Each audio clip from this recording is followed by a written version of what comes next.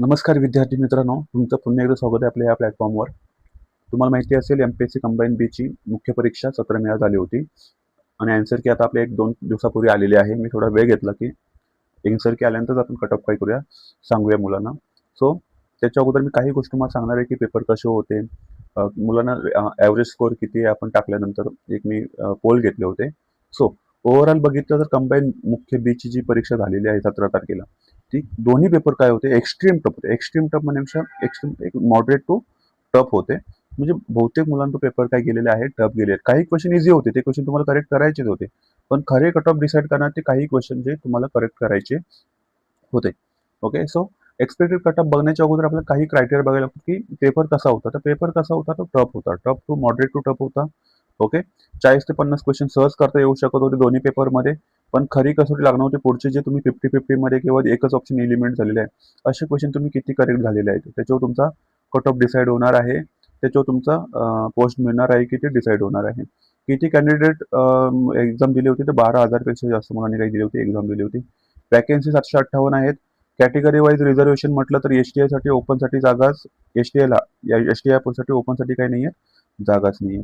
So या सर्व गोष्टी आहेत, या सर्व फॅक्टर्स आहेत. एसटीआय साठी 279 जागा आहेत, पीएसआय साठी 392, एएसओ साठी 3, एसआर 84, असे टोटल 758 जागांसाठी आपली एक्झाम होणार आहे, होती, झालेली आहे. 17 मेला मी एक पोल टाकला होता त्याच दिवशी, ज्या दिवशी एक्झाम झाली. ओके, तर पेपर कसा होता, तर 225 आपला हा जो चॅनल आहे तो लहान आहे बघा.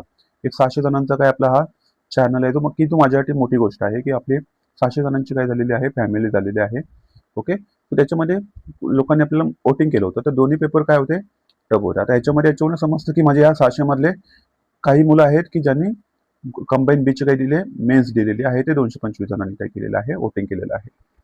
सो त्याच्यामध्ये असे म्हणतात की 86% पेपर काय होता, 86% जण म्हणतात की पेपर काय होते, दोन्ही पेपर टफ होते आणि होते. लक्षात घ्या, काही आता तुम्ही इंग्लिशचं ग्रामर बघितलं ना, इंग्लिशमध्ये कॉम्प्रिहेन्शनचा पॅसेज होता, तिथे काहींचे बघतो मी जेवढ्यांशी कॉन्टॅक्ट केलेले आहे, 1 ते 2च क्वेश्चन काय येतात, करेक्ट येतात.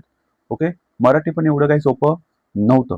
सो दोन्ही पेपर कसे होते, कठीण होते. ॲव्हरेज स्कोअर विचारला होता मी, असं एक वोटिंग टाकलं होतं. तर याच्यामध्ये मुलं म्हणतात की आमचा स्कोअर 260 पेक्षाही काय आहे, कमी आहे. पण मी तुम्हाला एवढंच सांगतो, कारण का 12,000 पासून फक्त आयोगाला किती घ्यायचे, 758 मुलं घ्यायचे कॅटेगरी वाईज. ओके, सो तुम्ही जर म्हटलं ना, जरी एवढा एवढा स्कोअर म्हणजे म्हणतात ना, एवढ्या मुलाचा स्कोअर त्यामुळे 260 पेक्षा कमी कट ऑफ लागेल, असं होत नाही. कट ऑफ डिसाईड होतो ते ह्या रेंजमध्ये, लक्षात ठेवायचं. कुठल्या रेंजमध्ये, 270 285 मध्ये. कारण की इथून मुलांना आयोगाला सहज 758 मुलं काय होणार आहेत, भेटून जाणार आहे. सो त्यामुळे हे मुलं वरचे जे स्कोर आहेत ते कट ऑफ डिसाईड करत नाही आहेत. ओके, सो ते ॲव्हरेज, कारण का त्या मुलांना बाहेर जायचंच आहे. फक्त ज्यांचा स्कोअर बघा या दरम्यान आहे, त्यांचा कट ऑफ काय होऊ शकतो, क्लिअर होऊ शकतो, त्यांना पोस्ट भेटू शकते. सो आपण बघूया पोस्ट वाईज कट ऑफ काय लागू शकतो. तर राज्य कर निरीक्षकसाठी 279 जागा आहेत, त्याच्यामध्ये सर्वाधिक जागा आहेत त्या कुणासाठी आहेत, एक 78 जागा बघा, आणि इतर मागास वर्गासाठी 93 जागा आहेत. सो ह्यांना सर्वाधिक जागा आहेत. अराखीव म्हणजे ओपनसाठी जागाच नाहीयेत. लक्षात ठेवा. सो यांचा कट ऑफ काय राहू शकतो, तो जनरली एक प्रेडिक्ट केलेला आहे मी. आता याच्यामध्ये किती 279, सॉरी माफ करा, किती बघा, ओपनसाठी तर कट ऑफ लागू शकत नाही कारण का जागाच नाही आहेत. ओबीसी वाल्यांचा कट ऑफ मला असं वाटतं की 265 प्लस मायनस 5 राहू शकतो, म्हणजे 260 पण राहू शकतो किंवा 270 पण राहू शकतो. जर तुमचा स्कोर या दरम्यान असेल तर तुम्हाला एसटी मिळण्याचे चान्सेस आहेत, जर ओबीसी मधून असेल, कारण का सर्वाधिक जागा आहेत तिथे, 93 जागा आहेत. ओके, सो 200 मुलींचा 255 प्लस मायनस 5, ईडब्ल्यू 250, थोडा कमी लागेल. मुलींचा 245, एससीबीसीचा 275 लागेल, थोडासा जास्त लागतो एससीबीसीचा, 10% आरक्षण आहे. ओके, जागा पण थोड्या कमी आहेत, 270. एससी 245, 240, एसटी थोडासा कमी लागेल. ओके, 240, 235, ह्या रेंजमध्ये जर तुम्हाला तुमचा स्कोर असेल तर तुम्हाला चान्सेस जास्त आहेत. तसंही आपल्याला पुढेच्या एक्झामवर काय करायचं, फोकस करायचा आहे. तुम्ही ह्याच्यामध्ये विचार करत राहू शकत नाही. आता जे काय असेल ते आपल्या रिझल्टमध्ये समजेल. पण तुम्ही होप्स धरून चाला की माझा स्कोर जर एवढ्या दरम्यान असेल तर मला पोस्ट भेटू शकते. पुढची पोस्ट आहे आपली पीएसआय. पीएसआय साठी 392 जागा, त्याच्यामध्ये सर्वाधिक जागा आहेत बघा आपल्या 83, इतर मागास वर्गाला, नंतर अराखीव पण 110 आहेत आणि अनुसूचित जातींना सुद्धा 43 आहेत. बाकी 31, 21 अशा जागा आहेत. 39 आहेत एससीबीसी साठी, ईडब्ल्यू साठी 39 सेम जागा असतात, कारण का 10% आरक्षण आहे तिथे. यांचा कट ऑफ काय राहू शकतो बघा, कारण का ग्राउंड होणार आहे, याच्यासाठी काय होणार आहे, ग्राउंड, सो इथे कट ऑफ कमी राहू शकतो. म्हणजे मी ओपनचं म्हणेन 255 पण राहू शकतो. ओपन 260, 255, ओबीसी 250, 245, ईडब्ल्यूएस कमी लागू शकतो, 240 याच्यापेक्षा कमी लागू शकतो.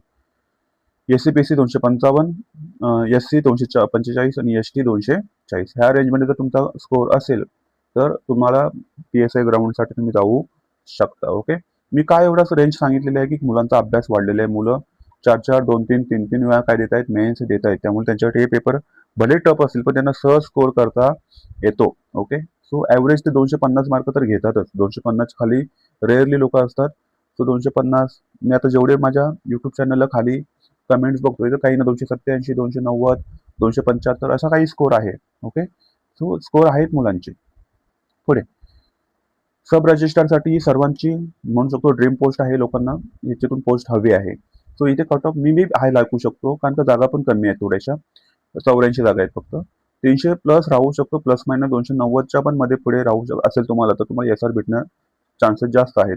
मुली 295, ओबीसी 290 किंवा 285 पकडा. Okay, EW 280, SC BC 295, SC 280, ST 275. का जागा कमी आहेत? जागा काय आहेत?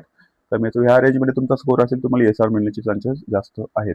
ESOच्या 3 जागा आहेत, त्यासाठी मी काही प्रेडिक्शन करणार नाही. जर तुमचा स्कोर 300 प्लस असेल, काही मुलं 3 मुलं सहज भेटून जातील, त्यांचा स्कोर 300 प्लस असणार आहे. आणि ते अनुसूचित जातींसाठी काहीतरी 2 जागा आहेत आणि बाकी काहीतरी EW साठी काहीतरी 1 जागा आहे. सो त्यांना भेटून जाईल. सर जर तुमचा स्कोर काय असेल 300 प्लस असेल तर तुम्हाला ESO मिळण्याचे चान्सेस जास्त आहेत. ओके, सो आय होप मी प्रयत्न केलेला आहे. आता काही मुलांना याच्यामध्ये ज्यांचा स्कोर थोडा 240, 230 वगैरे असेल अशा मुलांना थोडे आवडणार नाही, पण फॅक्ट्स आहे आपल्याला ऍक्सेप्ट करावं लागेल. सो पुढे काय, आता बघा राज्यसेवेची पुढची एक्झाम होणार आहे 31 तारखेला. मला वाटतं तुम्ही त्या एक्झामवर फोकस केलं पाहिजे जर तुमची तयारी असेल तर.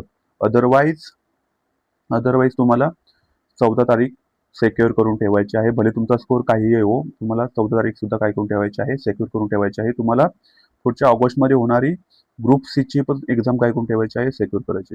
लक्षात ठेवा तुम्ही जो काय स्कोर असेल तुमचा 250 असेल, 200 इव्हन 300 जरी असेल, तर तुम्ही 14 तारीख काय करा, सेक्युअर करून ठेवा. जेणेकरून तुम्हाला काय येणार नाही, म्हणतात ना एक टेन्शन येणार नाही की जर कट ऑफ मध्ये नाही बसलं वगैरे काही. पण कट ऑफ काही लागू शकतो, ते आपल्या हातात नाहीये. सो मूव्ह ऑन करा, अभ्यास परत चालू करा आणि परत प्रिलिमचा अभ्यास काय करा देण्याचा सुरुवात करा. अजिबात वेळ वाया घालवू नका. कट ऑफ किती लागेल आता चेक पण करू नका कट ऑफ किती लागेल. आता तुम्ही काही चेंज करू शकत नाही. ओके, जो काही कट ऑफ लागेल तो बघा आणि मूव्ह ऑन करा. ओके, सो 14 जून फोकस करा. ऑगस्टमध्ये 15,000 एक जागा येऊ शकतात ग्रुप सी मध्ये. ही सुद्धा एक सुवर्ण संधी आहे. तो सर्वांना ऑल द व्हेरी बेस्ट.